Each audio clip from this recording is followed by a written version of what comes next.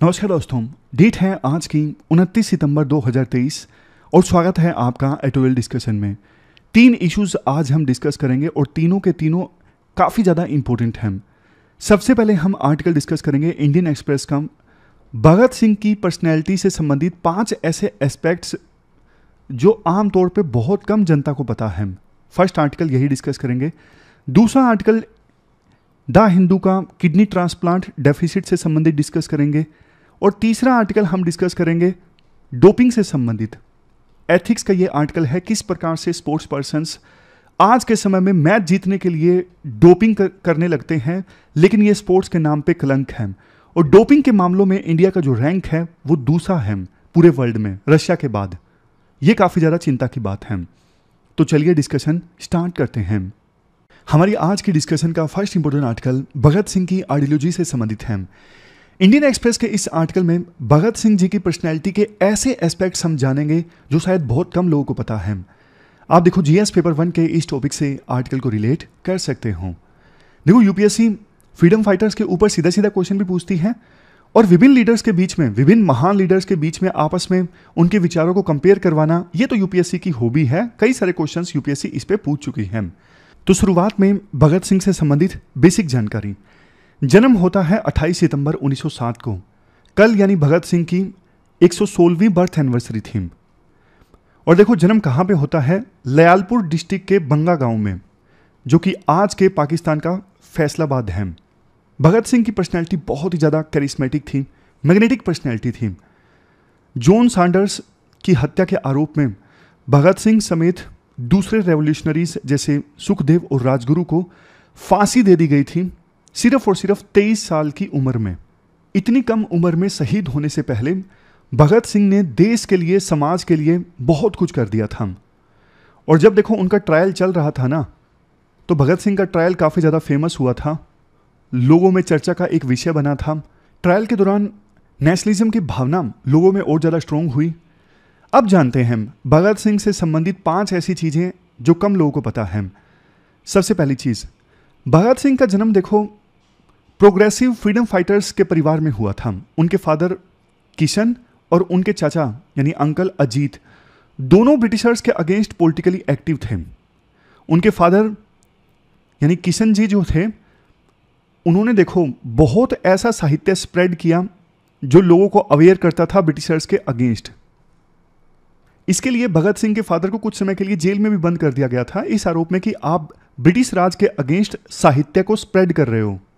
Even Bhagat Singh के जो चाचा थे ना, उनको भी 1907 में मांडले डिपोर्ट कर दिया गया था, क्योंकि उन्होंने काफ़ी एग्रेसिव स्पीच दी थी ब्रिटिशर्स के अगेंस्ट। उस समय ब्रिटिशर्स एक बिल लेके आए थे 1906 में, पंजाब कॉलोनाइजेशन बिल। ये जो बिल था वो सरकार को और ज़्यादा पावर दे रहा था, तो इस बिल का विरोध किया था भगत सिंह के चाचा अजीत ने। तो इस आरोप में उनको मांडले भेज दिया गया। मांडले म्यांमार का एक शहर, उस समय नाम बर्मा हुआ करता था। तो वहाँ से, मांडले से भगत सिंह के चाचा अजीत जी चले गए यूरोप में और उसके बाद अमेरिका चले गए। वहीं पर इन्होंने सैन फ्रांसिस्को बेस्ड गदर पार्टी, जो विदेश में रहकर भारत की आज़ादी के लिए काम कर रही थी, इस गदर पार्टी को ज्वाइन किया। इसका मतलब देखो ये है, भगत सिंह शुरुआत से ही ऐसे इन्वायरमेंट में बड़े हुए जहाँ पर उन्होंने देखा कैसे ब्रिटिशर्स देश के लोगों को एक्सप्लॉइट कर रहे हैं, उनको तंग कर रहे हैं, देश को लूट रहे हैं। उनके परिवार में ही वो एंटी कॉलोनिज्म विचारों को सुनते थे, एंटी कॉलोनिज्म एक्टिविटीज़ को देखते थे। 1990 में ना एक बुक आई हंसराज राबर की, वो लिखते हैं, देखो जब वो अपनी माँ का दूध पी रहे थे ना, इवन उसी समय उन्होंने नेशनलिस्ट भावनाओं को एसिमुलेट कर लिया। बट देखो एक और राइटर है क्रिस मोफेट, ये तो लिखते हैं Bhagat Singh was a dissenter from a family of dissenter. मतलब कि उनकी फैमिली डिसेंटर थी, ब्रिटिशर्स का विरोध करती थी, लेकिन भगत सिंह तो अपनी फैमिली में भी डिसेंटर थे। यानी कॉलोनिज्म का विरोध करने में वो अपनी फैमिली से भी आगे निकल गए। एग्जाम्पल दिया जाता है कैसे, देखो जब उनको गिरफ्तार किया गया था ना और लाहौर कंस्पिरेसी केस चला, तो उनका एग्जीक्यूशन इम्पेंडिंग था। पता था कि एग्जीक्यूट कर दिया जाएगा, फांसी दे दी जाएगी। तो उस समय भगत सिंह के जो फादर थे ना किशन जी, वो भगत सिंह से मिले, उनको कन्विंस करवाने की कोशिश की कि बेटा हम मर्सी पिटीशन डाल देते हैं वायसराय को, हमें माफ़ी मिल जाएगी और तुम्हारी जान बच जाएगी। भगत सिंह ने साफ इंकार कर दिया, नहीं, अगर हम माफी मांगते हैं वायसराय से, तो जिस काज के लिए मैं लड़ रहा हूं, देश के लिए मैं लड़ रहा हूं, नेशनलिज्म के लिए मैं लड़ रहा हूं, उन विचारों से समझौता करने के समान होगा अगर मैं मर्सी पिटीशन डालता हूं तो लोग क्या सोचेंगे। तो भगत सिंह ने अपने फादर को साफ साफ मना कर दिया। लेकिन देखो, फादर तो फादर होते हैं। तो किशन जी ने ना भगत सिंह की अनुमति के बिना ही वायसराय को मर्सी पिटीशन डाल दी। और जब भगत सिंह को यह पता लगा, वो उनको बहुत गुस्सा आया। उन्होंने अपने फादर को खत लिखा कि देखो, मेरी आपके लिए बहुत ज़्यादा रिस्पेक्ट है, लेकिन आपने मर्सी पिटीशन डाल दी है और मैंने अपनी कंसेंट इसके लिए बिल्कुल भी नहीं दी थी और मैं अपने विचारों से बिल्कुल समझौता नहीं करूंगा। जिन चीज़ों के लिए मैं लड़ रहा हूं उससे मैं बिल्कुल कॉम्प्रोमाइज़ नहीं करूंगा। तो ये खत उन्होंने अपने फादर को लिखा था। ये पहला एस्पेक्ट है जो हमने जाना। अब दूसरा एस्पेक्ट देखिए। देखो, आमतौर पे अलग अलग मूवीज जो आई भगत सिंह के ऊपर, जैसे रंग दे बसंती, लेजेंड ऑफ भगत सिंह, इन सभी मूवीज में ना भगत सिंह की जो रेवोल्यूशनरी छवि है ना, वो ज़्यादा प्रेजेंट की गई है। मस्कुलर नेशनलिज्म को ज़्यादा दिखाया गया है। मस्कुलर नेशनलिज्म मतलब aggressive approach for asserting the national pride, national identity. इस अप्रोच को ज़्यादा शो किया गया है। बट देखो, भगत सिंह एक जबरदस्त, एक महान स्कॉलर भी थे। वो जितने रेवोल्यूशनरी थे उतने ही स्कॉलर थे। बहुत ज़्यादा पढ़ते थे, दिन रात पढ़ते रहते और लिखते भी बहुत ज़्यादा थे। आमतौर पे आप बाकी लीडर्स और रेवोल्यूशनरीज के द्वारा जो बुक्स लिखी गई हैं उनको याद करते हो, बट शायद ही आपको यह पता होगा कि भगत सिंह ने कहाँ कहाँ पे कौन कौन से न्यूज़पेपर्स में लिखा। क्योंकि ना कई बार वो अपना नाम चेंज करके लिखते थे। फर्जी नाम यूज कर लिया, जैसे बलवंत, रंजीत, विद्रोही, काल्पनिक नाम वो यूज करते थे न्यूज़पेपर में जब वो लिखते थे। उन्होंने देखो पंजाबी न्यूज़पेपर्स में लिखा और इवन उर्दू न्यूज़पेपर्स में भी लिखा। जैसे एक उस समय ना किसान पार्टी हुआ करती थी, कीर्ति किसान पार्टी। इस कीर्ति किसान पार्टी का एक जर्नल हुआ करता था, कीर्ति के लिए उन्होंने लिखा, इस जर्नल के लिए। इसके अलावा एक और न्यूज़पेपर वीर अर्जुन, दिल्ली से पब्लिश होता था ये न्यूज़पेपर वीर अर्जुन, इस न्यूज़पेपर के लिए भी उन्होंने लिखा। और देखो, जेल में रहते हुए उन्होंने बहुत कुछ लिखा। वो पोइट्री भी इंक्लूड करते थे अपनी राइटिंग में और पोइट्री को पढ़ते भी थे। रविंद्रनाथ टैगोर, विलियम वर्ड्सवर्थ, वाजिद अली शाह, मिर्जा गालिब, इकबाल, इन सब की जो पोइट्री है वो पढ़ते थे जेल में। आज देखो, वैसे तो हर एक पॉलिटिकल पार्टी के द्वारा भगत सिंह की पॉपुलैरिटी को इनकैश करने की कोशिश की जाती है। बट देखो, भगत सिंह ने अपने अंतिम दिनों में एक बुक लिखी थी, वाई आई एम एथीस्ट। वो अपनी अप्रोच में ना मार्क्सिस्ट थे। आप इस लाइन को ध्यान से पढ़िए। Bhagat Singh was a steadfast atheist, Marxist with an anarchist tilt. इस पूरी लाइन का मतलब मैं आपको समझाता हूं, यही काम आएगा यूपीएससी में जब आपको आंसर लिखना होगा। उन्होंने बुक लिखी Y I am atheist. Bhagat Singh भगवान में नहीं विश्वास करते थे। भगत सिंह कहते थे, देखो, सभी जो फेथ है ना, वो फंडामेंटल क्वेश्चंस पर उनकी राय अलग अलग है। मतलब अलग अलग धर्मों की जो राय है फंडामेंटल क्वेश्चंस पे, वो अलग अलग है। किसी धर्म में लाइफ के बारे में कुछ बताया गया है, जन्म क्यों होता है, जन्म के बाद क्या होता है, कुछ अलग बताया गया है। दूसरे धर्म में एग्जिस्टेंस से संबंधित क्वेश्चंस, मोरल क्वेश्चंस के आंसर्स कुछ अलग दिए गए होंगे। समझ गए? सभी धर्मों में फंडामेंटल क्वेश्चंस के आंसर अलग अलग दिए गए हैं और हर एक धर्म कहता है कि हमारा धर्म सही है। और यही एविल है, यही रूट काज है कि विभिन्न धर्मों के लोगों के बीच में लड़ाई होती है। समझ गए? हर एक धर्म यह कहता है कि हमारा जो धर्म है वो ट्रू रिलीजन है, एक्सक्लूसिविटी है ट्रूथ के ऊपर हमारी। और इसी से डिवीजन पैदा होती है समाज में और इसी से समाज में कन्फ्लिक्ट पैदा होता है। ये कुछ रीजंस हैं कि भगत सिंह नास्तिक क्यों थे, भगवान में विश्वास क्यों नहीं करते थे। उनका यह मानना था कि वर्ल्ड को समझने के लिए ना मैं लॉजिक में ज़्यादा विश्वास करूंगा बजाय के रिलीजियस डॉक्ट्रिन्स में। क्योंकि रिलीजियस जो डॉक्ट्रिन्स होते हैं ना, रिलीजियस प्रिंसिपल्स, वो सिर्फ फेथ पर आधारित होते हैं। उनमें कई बार लॉजिक या फिर साइंटिफिक आउटलुक नहीं होता। इसके अलावा चूंकि वो मार्क्स को मानते थे, इसी वजह से उनकी भी ये सोच थी, उनको लगता था कि जो ऑर्गेनाइज्ड रिलीजन है ना, वो एक प्रकार से टूल है, पॉलिटिकल टूल है कुछ लोगों को एक्सप्लॉइट करने के लिए। मतलब रूलिंग क्लास जो है ऑर्गेनाइज्ड रिलीजन की सहायता से वर्किंग क्लास के लोगों को एक्सप्लॉइट करती हैं। नेक्स्ट, भगत सिंह अंधविश्वास के खिलाफ थे और कई बार रिलीजन में अंधविश्वास देखने को मिलता है अलग अलग धर्मों में, तो इस चीज़ के काफ़ी अगेंस्ट थे भगत सिंह। भगत सिंह को देखो ये लगता था कि रिलीजन और स्टेट में सेपरेशन होना चाहिए, मतलब स्टेट को कैसे चलाया जाए इसमें रिलीजन का कोई रोल नहीं होना चाहिए। और वो वेस्टर्न थिंकर्स जैसे कार्ल मार्क्स, एंजल्स और दूसरे सोशलिस्ट फिलोसफर से काफ़ी प्रभावित थे। अब इसके बाद एक टर्म है एनार्किस्ट, वो एनार्किस्ट भी थे, ये काफ़ी इंपॉर्टेंट चीज़ है। देखो एनार्किज्म का मतलब ये होता है कि किसी भी देश को, किसी भी सिटी को चलाना है ना, तो कोई सेंट्रलाइज्ड अथॉरिटी नहीं होनी चाहिए। किसी भी प्रकार की ना अथॉरिटी, चाहे वो पॉलिटिकल पार्टी में हो, सरकार में हो, इससे एक्सप्लॉयटेशन होता ही है।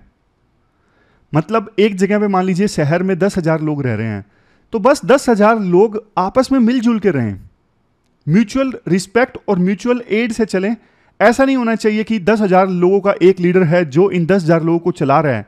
ऐसी कोई हायरार्की होती है ना, कोई अथॉरिटी होती है कि एक ग्रुप, एक कमेटी इन 10,000 लोगों को गवर्न करेगी। अगर ऐसा कुछ होगा तो एक्सप्लॉयटेशन होगा ही होगा। एनार्किज्म का मतलब होता है किसी प्रकार की कोई अथॉरिटी है ही नहीं, किसी प्रकार की कोई अथॉरिटी नहीं, किसी प्रकार की कोई हायरार्की नहीं, ये होता है एनार्किज्म। तो भगत सिंह जो थे ना, उनका टिल्ट एनार्किज्म की तरफ था, वो एनार्किस्ट थे। वो कंप्लीट इंडिपेंडेंस की बात करते थे, वो ऐसे समाज का निर्माण करते थे जिसमें कोई भी धर्म या फिर भगवान से ऑब्सेस्ड नहीं होगा, कोई भी पैसों के पीछे पागल नहीं होगा, या फिर वर्ल्डली डिजायर्स, जो मेटेरियलिस्टिक सुख है ना, उसके पीछे नहीं भागेगा। मतलब स्टेट का कोई भी कंट्रोल नहीं होगा किसी की बॉडी के ऊपर, ना सिर्फ स्टेट का बल्कि दूसरा भी कोई कंट्रोल नहीं होगा किसी इंसान के ऊपर। सब कुछ एलिमिनेट कर दो, church, God, religion, state, private property, ये भगत सिंह की सोच थी। मतलब कंप्लीट इंडिपेंडेंस। भगत सिंह एक बार लिखते हैं, मतलब एथिस्ट से संबंधित एक और पॉइंट जो रह गया, भगत सिंह कहते हैं कि मेरा दोस्त एक बार मुझे बोलता है कि जब डेथ नज़दीक आती है ना तो सभी भगवान को मानने लग जाते हैं। तो बोलते हैं कि नहीं, मैं कभी प्रार्थना नहीं करूंगा, मैं कभी प्रे नहीं करूंगा। अगर डेथ आने के नज़दीक मैं प्रेयर करता हूं ना, तो ये तो एक प्रकार से अपने विचारों से, अपने प्रिंसिपल से धोखा करने के समान है, जो कि मैं कभी नहीं करूंगा। इसके बाद आते हैं चौथे पॉइंट की तरफ। देखो एक पॉइंट पे काफ़ी डिबेट होता है कि महात्मा गांधी चाहते तो भगत सिंह को बचा सकते थे, महात्मा गांधी ने नहीं बचाया। इवन भगत सिंह के एक एसोसिएट हैं जिन्होंने एक बात ये बोली कि गांधी जी छोटे छोटे इश्यूज पे ना मोरल प्रेशर एक्सर्ट कर लेते थे ब्रिटिश सरकार के ऊपर, छोटे छोटे इश्यूज पे, जैसे प्रोहिबिशन यानी शराबबंदी है, इस इशू पे वो ब्रिटिश सरकार के ऊपर प्रेशर लगा देते थे कि आप प्रोहिबिशन इंप्लीमेंट करवाइए। लेकिन इतना इंपॉर्टेंट चीज़ भगत सिंह और उनके साथियों ने देश के लिए जो कुछ किया इतनी छोटी उम्र में, उनकी फांसी को रोकने के लिए गांधी ब्रिटिश सरकार के ऊपर प्रेशर लगाने को तैयार नहीं थे। हालांकि कुछ लोग बोलते हैं कि उन्होंने ट्राई किया, बट ब्रिटिश सरकार टस से मस नहीं हुई। कुछ लोग ये बोलते हैं कि गांधी ना ज़्यादा प्रेशर लगाना भी नहीं चाहते थे, क्योंकि उनको समझ में आ गया था कि ब्रिटिश सरकार मानने वाली नहीं है।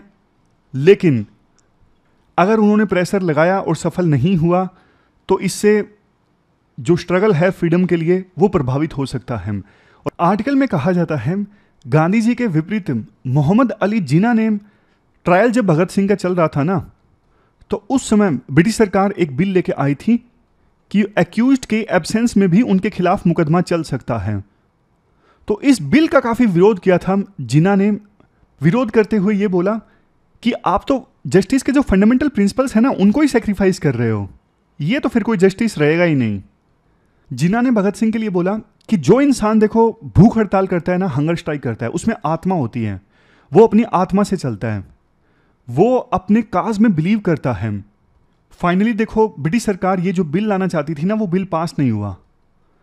लेकिन देखो ब्रिटिश सरकार ने जैसे तैसे करके ट्रायल कंप्लीट किया भगत सिंह का। ट्रायल में काफ़ी सारी कमियां थी, लेकिन धक्के से कंप्लीट कर दिया गया ट्रायल और फांसी की सज़ा सुना दी गई।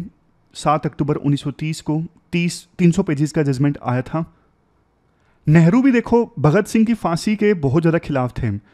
उनका कहना था कि बेशक मैं भगत सिंह के विचारों से सहमत नहीं हूँ, लेकिन भगत सिंह ने और उनके साथियों ने जो इतनी कम उम्र में करेज दिखाई है, और बाद में उन्होंने बोला जब फांसी दे दी गई थी कि इतनी कम उम्र में सेल्फ सेक्रीफाइस बहुत कम लोग कर पाते हैं देश के लिए, तो बहुत ही ज़्यादा एडमायरेशन था नेहरू का भगत सिंह के लिए। भगत सिंह के एक्शंस को एक्सप्लेन करते हुए नेहरू बोलते हैं, अगर देखो जर्मनी या रशिया के द्वारा इंग्लैंड के ऊपर अटैक किया होता तो भी क्या लॉर्ड इरविन जो उस समय वाइसरॉय थे वो लोगों को बोलते कि आप इन्वेडर्स को कुछ मत करिए, आप शांति रखिए, नॉन वायलेंस में विश्वास करिए? क्या लॉर्ड इरविन अपने देश के लोगों को ऐसा बोलते? और सोच के देखिए, अगर भगत सिंह एक इंग्लिशमैन होते और उन्होंने जो कुछ किया इंग्लैंड के लिए किया होता, तो भी ब्रिटिश सरकार और लॉर्ड इरविन के विचार भगत सिंह के बारे में सेम होते। इवन नेहरू तो देखो भगत सिंह से मिलने भी गए थे बाकी लीडर्स के साथ, जैसे सुभाष चंद्र बोस, मोतीलाल नेहरू, के.एफ. नरीमन, रफ़ी अहमद किदवई, मोहनलाल सक्सेना, इन सब लीडर्स के साथ नेहरू गए थे भगत सिंह से मिलने जेल में। और बाद में फांसी होने के बाद एनुअल कांग्रेस का सेशन हुआ था, उस समय नेहरू ने एक ऑफिशियल रेजोल्यूशन पास किया, मतलब प्रेजेंट किया, जिसका समर्थन किया गया था मदन मोहन मालवीय के द्वारा। इस रेजोल्यूशन में बोला गया कि ब्रिटिश सरकार ने जो फांसी दी है ना भगत सिंह को, ये बदले की भावना से दी गई है, और करोड़ों लोगों की जो भावनाएं थी कि भगत सिंह की फांसी की सजा को कमूट कर दिया जाए, इंप्रिजनमेंट में बदल दिया जाए, उसके विरुद्ध जाके ब्रिटिश सरकार ने काम किया है। तो ये पूरा आर्टिकल हमने डिस्कस किया भगत सिंह से संबंधित। अब भगत सिंह के बारे में क्वेश्चन आता है, यूपीएससी पूछती है, तो शायद बेहतर ढंग से आप क्वेश्चन का आंसर दे सकते हो। अब आप क्वेश्चंस देख लीजिए जो आपको अटेम्प्ट करने हैं। पहला क्वेश्चन देखो, महात्मा गांधी और भगत सिंह के आइडियोलॉजिकल पर्सपेक्टिव्स में कंपैरिजन से संबंधित है। pwonlys.com पे जाके आप इस क्वेश्चन का आंसर दे सकते हो। उसके बाद ये प्री का क्वेश्चन है, 4 स्टेटमेंट्स हैं, आपको बताना है इनमें से कितनी स्टेटमेंट सही हैं कितनी गलत हैं। कल तो मैं आपको लास्ट में आंसर बताना ही भूल गया। अभी आप कमेंट बॉक्स में इस क्वेश्चन का आंसर लिखिए, फिर लास्ट में हम डिस्कस करेंगे क्या है इस क्वेश्चन का आंसर। इसके बाद देखो नेक्स्ट जो आज का आर्टिकल है वो किडनी ट्रांसप्लांट से संबंधित है। आप जीएस पेपर सेकंड के इस टॉपिक से आर्टिकल को रिलेट कर सकते हो। देखो हमारे देश में ना ऑर्गन्स की शॉर्टेज काफ़ी ज़्यादा है, इसलिए ऑर्गन्स का ट्रांसप्लांट काफ़ी कम होता है। इस आर्टिकल में बात की जा रही है किडनी ट्रांसप्लांट की। 2022 में 2 लाख पेशेंट्स ऐसे थे जिनको किडनी ट्रांसप्लांट की आवश्यकता थी, लेकिन सिर्फ 3.4% लोगों का किडनी ट्रांसप्लांट हो पाया। आज के समय में आपको पता है डिजीज़ काफ़ी ज़्यादा इमर्ज होकर आ रहे हैं, जैसे diabetes, malnourishment, overcrowding, poor sanitation. इसकी वजह से ना हमारे देश में क्रोनिक किडनी डिजीज़ के केसेस काफ़ी ज़्यादा सामने आ रही हैं। देखो किडनी का काम क्या होता है? किडनी का काम ये होता है कि ब्लड में से जो भी वेस्ट है या फिर एक्सेस में जो फ्लूइड है उसको निकाल लेना, और उसको यूरिन के माध्यम से वो बाहर आ जाता है एक इंसान की बॉडी से। लेकिन जब किडनी डैमेज हो जाती है ना, तो फिर किडनी अपना काम ठीक से नहीं कर पाती, ब्लड से पूरा वेस्ट नहीं निकाल पाती, और बॉडी में वेस्ट जो है वो इकट्ठा होता रहता है। कई बार क्रोनिक किडनी डिजीज़ से ना एंड स्टेज रीनल डिजीज़ आ जाता है, मतलब नेक्स्ट हायर लेवल की स्टेज है। इस एंड स्टेज रीनल डिजीज़ में तो किडनी इतनी ज़्यादा डैमेज हो जाती है कि वो फिर सक्षम नहीं होती ब्लड को प्यूरिफाई करने में, ब्लड में से वेस्ट निकालने में। तो ऐसी सिचुएशन में किडनी को ट्रांसप्लांट करना पड़ता है। बाकी अल्टरनेटिव्स के अपेक्षाकृत किडनी ट्रांसप्लांट ही बेस्ट अल्टरनेटिव है इस सिचुएशन में। अगर हम बाकी सारी डायमेंशंस को कंसिडर करें, जैसे क्वालिटी ऑफ लाइफ, पेशेंट की कन्वीनियंस, लाइफ एक्सपेक्टेंसी, ये सब कंसिडर करें तो किडनी ट्रांसप्लांट कॉस्ट इफेक्टिव है। लेकिन देखो इंडिया के कंपैरिजन में यूएसए और दूसरे डेवलप कंट्रीज़ में ना 20% ट्रांसप्लांट हो जाता है पेशेंट्स का जिनको किडनी ट्रांसप्लांट की आवश्यकता होती है, और इंडिया में तो हमने देखा सिर्फ 3.4% ये आंकड़ा है। और देखो इसका कारण ये नहीं कि इंडिया में मेडिकल फैसिलिटीज़ अच्छी नहीं है, इंडिया में मेडिकल फैसिलिटीज़ बहुत ज़बरदस्त हैं, बट इंडिया में रूल्स एंड रेगुलेशन काफ़ी ज़्यादा टाइट हैं। अब देखो 4 तरीके हैं जिनके थ्रू एक पेशेंट को किडनी मिल सकती है। फर्स्ट, किसी की डेथ हो गई, कोई पर्सन है ए जिसकी डेथ हो गई, अब उस डिजीज्ड पर्सन से किडनी मिल जाए, जिसकी अभी अभी डेथ हुई है उससे किडनी मिल जाए तो काम बन जाए पेशेंट का। बट देखो हमारे देश में ना ज़्यादा डोनेशन होता नहीं है इस एस्पेक्ट में, मतलब जिसकी डेथ होती है ना उसके परिवार वाले कम डोनेट करते हैं किडनीज को। और दूसरा, इंफ्रास्ट्रक्चर की भी कमी है कि कुछ समय तक किडनी को स्टोर करके रखा जा सके, ऐसे इक्विपमेंट्स उपलब्ध नहीं होते। अब दूसरे सोर्स की बात करते हैं। जो पेशेंट हैं वो अपने किसी रिलेटिव से या फिर फ्रेंड से किडनी ले ले। एक नॉर्मल इंसान के पास में 2 किडनीज होती हैं और वो एक किडनी के ऊपर भी जिंदा रह सकता है। तो कई बार पेशेंट को किडनी डोनेट कर दी जाती है परिवार वालों के द्वारा, रिश्तेदारों के द्वारा या फिर दोस्त के द्वारा। लेकिन देखो, पेशेंट का और किडनी डोनेटर का ब्लड टाइप, टिश्यू टाइप सब सेम होने चाहिए। कई बार ये दिक्कत आती है, कोई रिलेटिव किडनी डोनेट करने को तैयार होता है लेकिन पेशेंट के साथ में ब्लड टाइप और टिश्यू टाइप ये सब चीज़ें मैच नहीं होती। इसके बाद में 2 और मेन सोर्सेज हैं जहां से किडनी मिल सकती हैं, बट इनको लेके हमारे देश में ना रूल्स काफ़ी ज़्यादा स्ट्रिक्ट हैं। एक है किडनी स्वैप, दूसरा है किडनी चैन। किडनी स्वैप का क्या मतलब है? किडनी स्वैप का देखो सिंपल मतलब ये है, मान लीजिए 2 पेशेंट हैं ए और बी। ए को ना अपना रिलेटिव से किडनी मिल सकती है सी से, बट दोनों का ना ब्लड ग्रुप मैच नहीं हो रहा है। सी रिश्तेदार है ए का, किडनी देने को तैयार है, लेकिन दिक्कत यह है सी और ए का ब्लड ग्रुप आपस में मैच नहीं हो रहा है।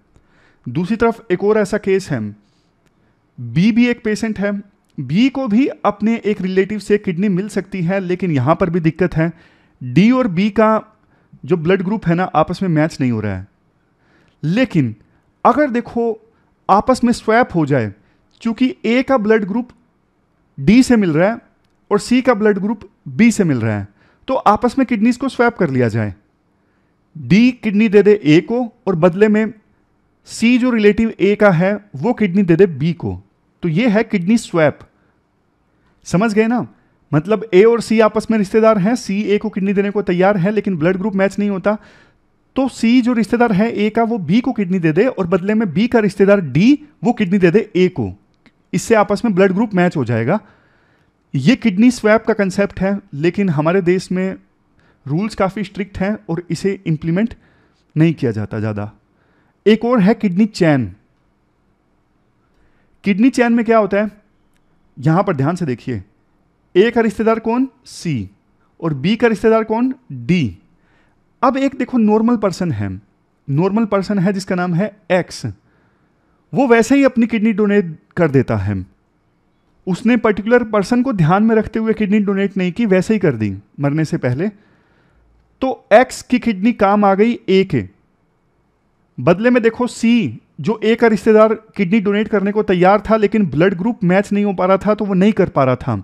तो एक्स किसी अनजान आदमी से किडनी मिल गई ए पेशेंट को, तो ए पेशेंट का जो रिश्तेदार है ना सी, फिर वो अपनी किडनी दे देगा किसी दूसरे पेशेंट को बी जिसको आवश्यकता है। फिर बी पेशेंट का जो रिश्तेदार है डी, वो जो नहीं कर पा रहा था ब्लड मिसमैच के कारण, वो किसी और पेशेंट को कर देगा। फिर उस पेशेंट का रिश्तेदार किसी और को कर देगा। तो इस प्रकार से ना एक चैन चल पड़ेगी। इस चैन को बोलते हैं किडनी चैन। ये 2 चीजें हैं, एक किडनी स्वैप, एक किडनी चैन।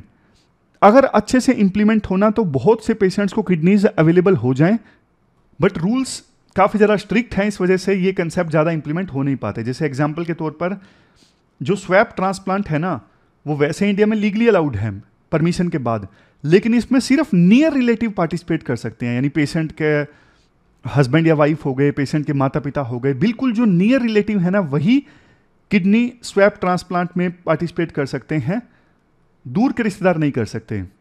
कुछ राज्य जैसे केरला, पंजाब, हरियाणा, जहां पे हाई कोर्ट्स की जजमेंट आ चुकी हैं, यहां पे दूर के रिश्तेदार भी प्रॉपर वेरिफिकेशन के बाद पार्टिसिपेट कर सकते हैं।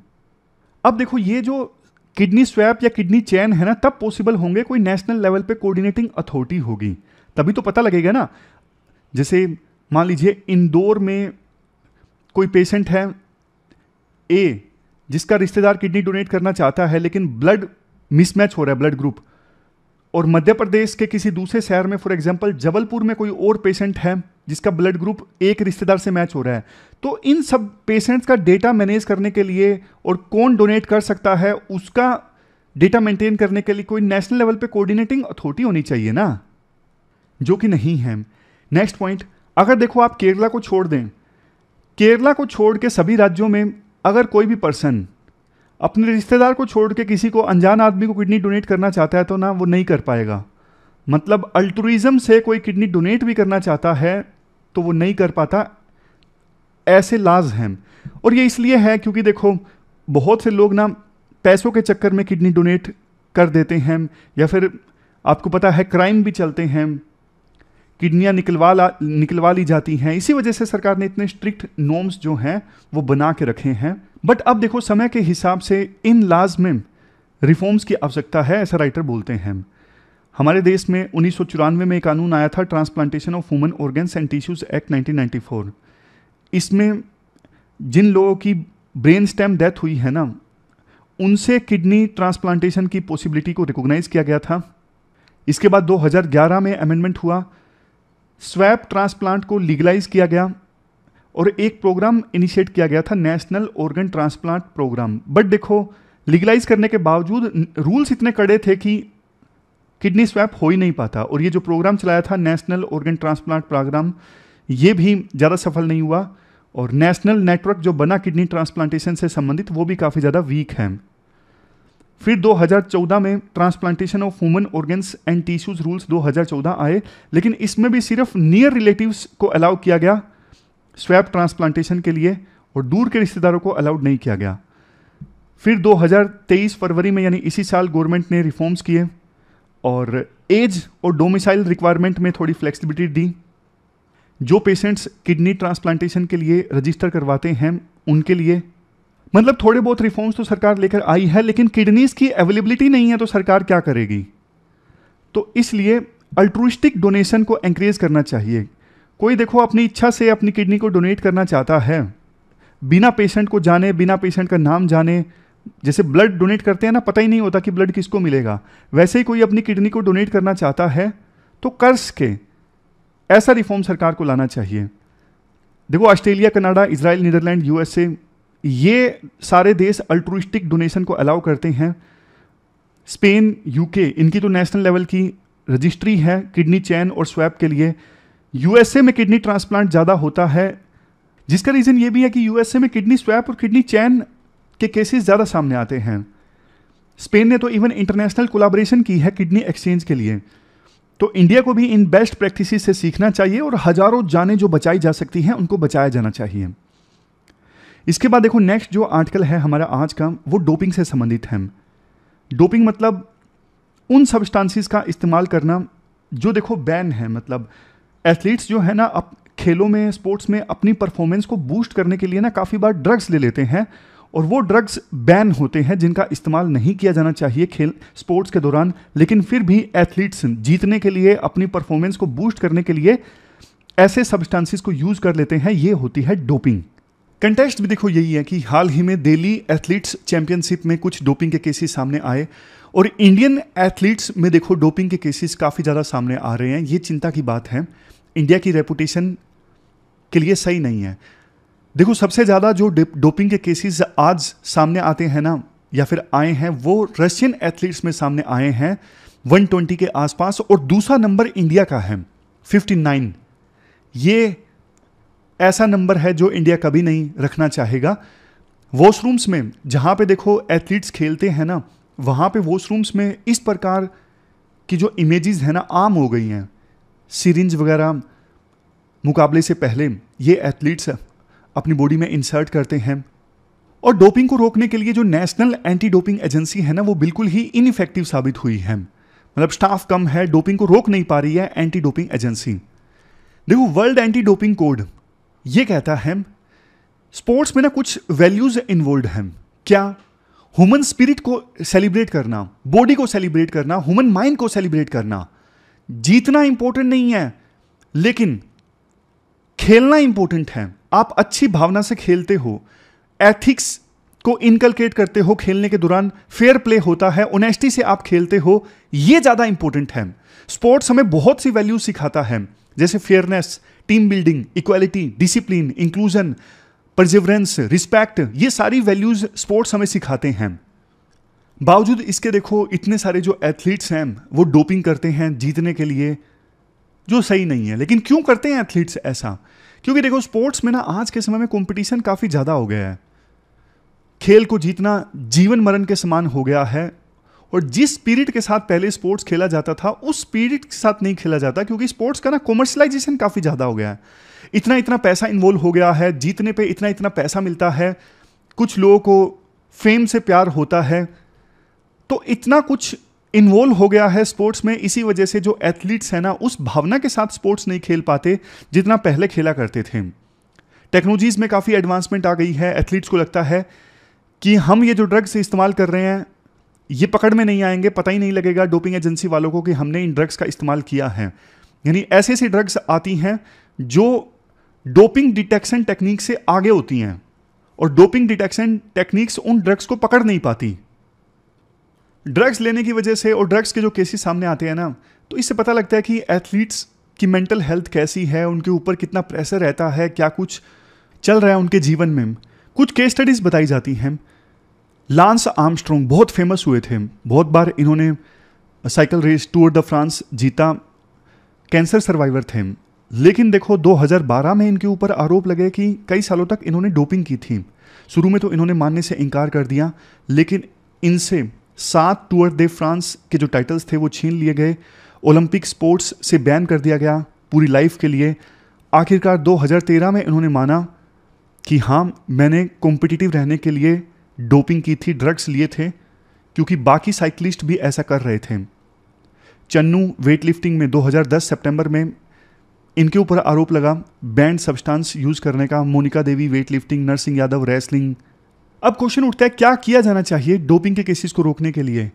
देखो वही बात है कि लाइफ में भी वैल्यूज का होना बहुत ज़्यादा जरूरी है, ना सिर्फ स्पोर्ट्स में या फिर किसी दूसरे फील्ड में। लाइफ में शुरू से ही वैल्यूज इनकलकेट की जाएं स्कूल लेवल से ही, और बाद में स्पोर्ट्स पर्सन्स के लिए तो देखो और भी अच्छे प्रोविजन होने चाहिए अलग अलग देशों की स्पोर्ट्स अथॉरिटीज़ के द्वारा। और जो ये स्पोर्ट्स पर्सन्स में ड्रग्स सब्सटेंस यूज चेक किया जाता है ना, मोर फ्रिक्वेंटली चेक किया जाना चाहिए, ना सिर्फ किसी बड़ी चैंपियनशिप से पहले। कानून काफ़ी ज़्यादा सख्त होने चाहिए ताकि एक डेटरेंस पैदा किया जा सके, स्पोर्ट्स पर्सन्स में डर पैदा किया जा सके, और ये जो बैंड सब्सटेंस होते हैं ये आसानी से ना मिल सकें, इसके लिए भी प्रयास किए जाने चाहिए। तो ये पूरा आर्टिकल हमने डिस्कस किया डोपिंग से संबंधित। तो इस डिस्कशन में फिलहाल इतना ही है। Thank you very much for discussion.